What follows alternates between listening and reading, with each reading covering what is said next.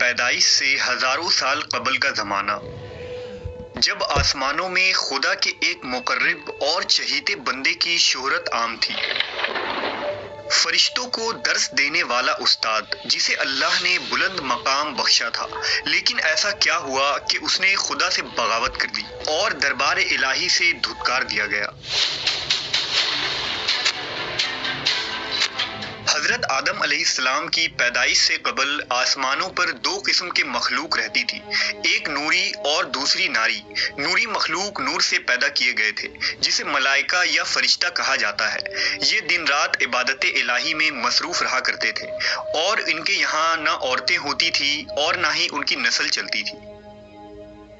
دوسری مخلوق ناری یعنی جنات تھے، جو آگ سے پیدا کیے گئے ہیں۔ ان کی عورتیں بھی ہوتی تھیں اور ان کی نسل بھی خوب پھیلتی تھی۔ خدا نے انہیں اپنی حمد و ستائش کرنے کے لیے بنایا تھا۔ یہ سب اللہ کے آسمانی لشکر تھے۔ وہ اس مقصد کے لیے بنائے گئے تاکہ اپنے خالق و مالک کو جانیں، اس سے شادمان ہوں، ہمیشہ تک اس کی خدمت اور عبادت کریں۔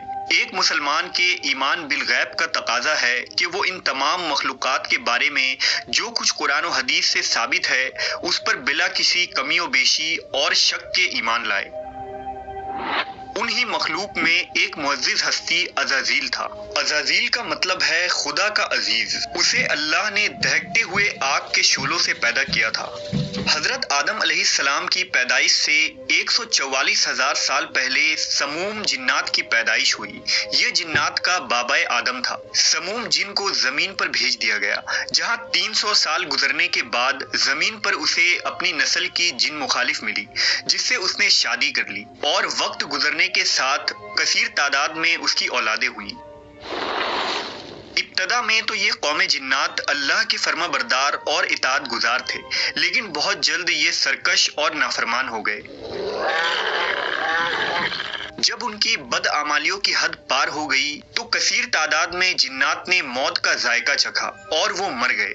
اس دوران جو نیک جنات تھے وہ باقی بچ گئے اور ان کی نسل آگے بڑھی۔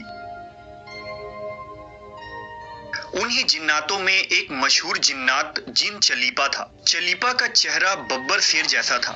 چلیپا نہایت ہی قد آور اور بہادر جن تھا۔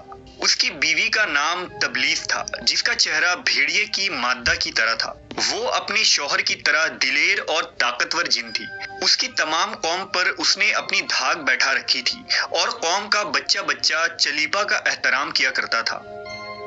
ان کے یہاں ایک بچے کی پیدائش ہوئی جس کا نام عزازیل تھا۔ عزازیل میں اپنے ماں اور باپ دونوں کی خصوصیات شامل تھی، یعنی وہ نہایت ہی سرکش، مکار، بہادر اور طاقتور تھا۔ روایتوں کے مطابق قوم جنات کو دنیا میں بسایا گیا اور یہ حضرت آدم کی پیدائش سے 50,000 سال قبل کا زمانہ تھا۔ بہت جلد یہ جنات سرکش ہو گئے اور خدا کے نافرمان بن گئے۔ جب جھگڑے اور فساد سے زمین لرزا اٹھی تو آسمان سے فرشتوں کو حکم دیا گیا کہ جاؤ اور ان سرکش جنات کو مار پھینکو۔ لہٰذا اس کائنات میں پہلی خون ریز جنگ ہوئی۔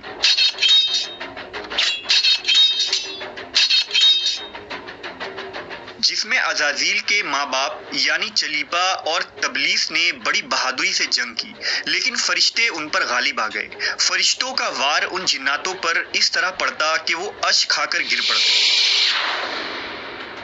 اسی جنگ کے دوران عزازیل کے ماں باپ مارے گئے اور قوم جنات کے سرکش جنوں کو قیدی بنا لیا گیا۔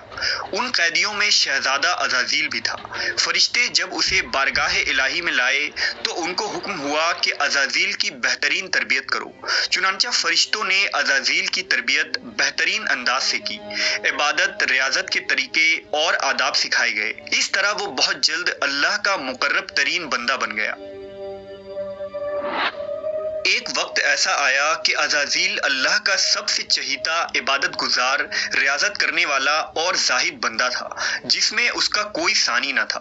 حکمت و دانشوری میں بھی اسے کمال حاصل تھا۔ عزازیل اپنی عبادت و ریاضت کی وجہ سے اس درجے تک پہنچ چکا تھا کہ اسے فرشتوں کا معلم مقرر کر دیا گیا، اور آسمان والے اسے عابد کہہ کر پکارنے لگے۔ حضرت کعب بن احبار کا بیان ہے کہ عزازیل 40,000 برس تک جنت کا خزانچی تھا، 80,000 برس تک فرشتوں کا ساتھی رہا، 20,000 سال تک فرشتوں کو واز سناتا رہا۔ جس ممبر پر بیٹھ کر عزازیل فرشتوں کو درس دیا کرتا تھا، اسی ممبر کے نیچے حضرت جبرائیل، میکائیل، اسرافیل اور عزرائیل علیہ السلام بیٹھ کر اس کی درس و تدریس سنا کرتے تھے۔ لیکن اللہ کو بخوبی آگاہی تھی کہ یہ اصل میں لعین ہے اور ایک معین مدت کے بعد ذلیل ہوگا، اور اپنے انجام سے غافل اس عزازیل کا خاتمہ کفر کے حالت میں ہوگا۔ لہٰذا ایک روز عزازیل نے لوح محفوظ کو دیکھا کہ اس میں ایک عبارت تحریر کی گئی ہے جس کے الفاظ تھے کہ میں اللہ کی پناہ مانگتا ہوں شیطان مردود سے۔ اس عبارت کو پڑھتے ہی عزازیل غالباً 2000 سال تک روتا رہا اور بارگاہ الہی میں حاضر ہو کر دریافت کرنے لگا کہ اے رب العالمین، یہ شیطان رجیم کون ہوگا جس سے پناہ مانگی جائے گی؟ اللہ نے عرض کیا، ہمارا ایک ایسا بندہ جسے ہر نعمت سے سرفراز کیا جائے گا مگر ایک حکم نہ ماننے کی وجہ سے وہ مردود ہو جائے گا۔ عزازیل نے خواہش کی کہ میں اس ملعون کو دیکھنا چاہتا ہوں، جس پر اللہ کی جانب سے عرض کیا گیا کہ تو جلد اسے دیکھے گا۔ عزازیل ہر لمحے اس سوچ میں غمگین رہتا کہ آخر وہ ملعون کون ہوگا جو خدا کا حکم ماننے سے انکار کرنے کی جرت کرے گا۔ اس خوف سے وہ مزید عبادت اور توبہ میں مصروف رہنے لگا، یہاں تک کہ ہزاروں سال بیت گئے، جب ایک روز عزازیل کو معلوم ہوا کہ اللہ تعالیٰ ایک نئی مخلوق پیدا فرما رہے ہیں جس کے لیے دنیا کے ہر کونے سے مٹی لائی گئی ہے۔ اللہ تبارک و تعالیٰ نے حضرت آدم کے پتلے کو اپنے دست قدرت سے پیدا فرمایا اور یہ بغیر روح کے 40 سال تک اسی حالت میں پڑا رہا۔ فرشتے جب اس کے پاس سے گزرتے تو گھبرا جاتے، ان میں سب سے زیادہ گھبرانے والا ابلیس تھا۔ یہ اس کے پاس سے گزرتا تو اسے مارتا، جس کی وجہ سے اس جسم سے ایسی آواز نکلتی جیسے کھنکھناتی مٹی کی ٹھیکری سے نکلتی ہے۔ اور پھر وہ دن بھی آ گیا جب رب العالمین نے فرشتوں سے فرمایا کہ میں زمین پر اپنا ایک نائب بنانے لگا ہوں، وہ زمین پر میرے احکام کو نافذ کروائے گا۔ فرشتوں نے عرض کیا، اے پاک پروردگار، یہ زمین پر فساد برپا کریں گے اور یہ آپس میں خون ریزی کریں گے، جبکہ ہم تو دن رات آپ کی تسبیح کرتے رہتے ہیں اور آپ کی پاکی بیان کرتے ہیں۔ اللہ نے فرمایا، جو کچھ میں جانتا ہوں وہ تم نہیں جانتے۔ پھر اللہ نے حضرت آدم کو تمام چیزوں کے نام سکھا دیے اور انہیں فرشتوں کے سامنے پیش کرتے ہوئے فرمایا، اگر تم سچے ہو تو مجھے ان کے نام بتاؤ۔ انہوں نے کہا، تو پاک ہے، ہم تو اتنا ہی جانتے ہیں جتنا تو نے ہمیں بتایا ہے، بے شک تو بڑے علم و حکمت والا ہے۔ پھر اللہ نے فرمایا، اے آدم، ان چیزوں کے نام بتا دو۔ پھر حضرت آدم نے انہیں نام بتا دیے تو فرمایا، کیا میں نے تمہیں نہیں کہا تھا کہ میں آسمانوں اور زمین کی چھپی ہوئی چیزیں جانتا ہوں، اور جو تم ظاہر کرتے ہو اور جو تم چھپاتے ہو؟ پھر فرشتوں کو حکم دیا گیا کہ آدم کو سجدہ کرو، لہٰذا انہوں نے سجدہ کیا، مگر عزازیل نے سجدہ سے انکار کیا۔ اللہ نے فرمایا، تجھے سجدہ کرنے سے کس چیز نے منع کیا جبکہ میں نے تجھے حکم دیا؟ وہ کہنے لگا، میں اس سے بہتر ہوں کہ تو نے مجھے آگ سے بنایا اور اسے مٹی سے بنایا ہے۔ میں ایسا نہیں کہ اس انسان کو سجدہ کروں جسے تو نے سڑے ہوئے کھنکھناتے گارے سے پیدا کیا ہے۔ اللہ نے فرمایا، اب تو یہاں سے نکل جا، کیونکہ تو مردود ہو چکا ہے اور قیامت تک تجھ پر میری پھٹکار ہے۔ عزازیل نے کہا، اے میرے رب، مجھے روز محشر تک کی مہلت دے دے۔ فرمایا، جا، میں نے تجھے متعین وقت کے دن تک مہلت دے دی۔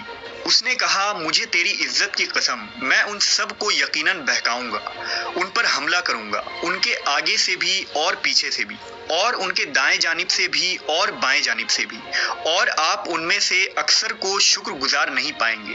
اللہ نے فرمایا، یہاں سے ذلیل و خوار ہو کر نکل جا، ان میں سے جو شخص تیرا کہنا مانے گا میں ان سب سے جہنم کو بھر دوں گا۔ اور یوں بارگاہ خداوندی سے دھتکارے جانے کے بعد عزازیل ابلیس بن گیا۔ اپنی غرور و تکبر اور رعونت کی بنا پر اس کی ہزاروں سال کی عبادت و ریاضت ضائع ہو گئی اور اسے عرش سے فرش پر پٹک دیا گیا۔ اسلام کے علاوہ دوسرے مذہبی کتابوں اور عقیدوں میں بھی ابلیس یا عزازیل کا ذکر ملتا ہے۔ یونانی کتابوں میں اسے اپولین اور کتاب مقدس میں لوسیفر یا سیٹن کہا گیا ہے۔